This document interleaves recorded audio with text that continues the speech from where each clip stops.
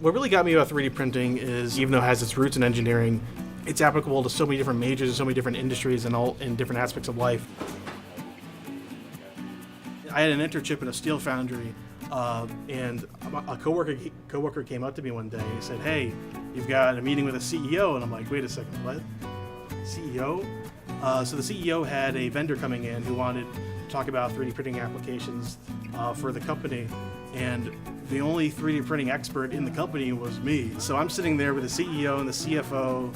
There's like the intern sitting off to the side, but they're looking to me as a source of wisdom about 3D printing. So that was just a big wow moment for me.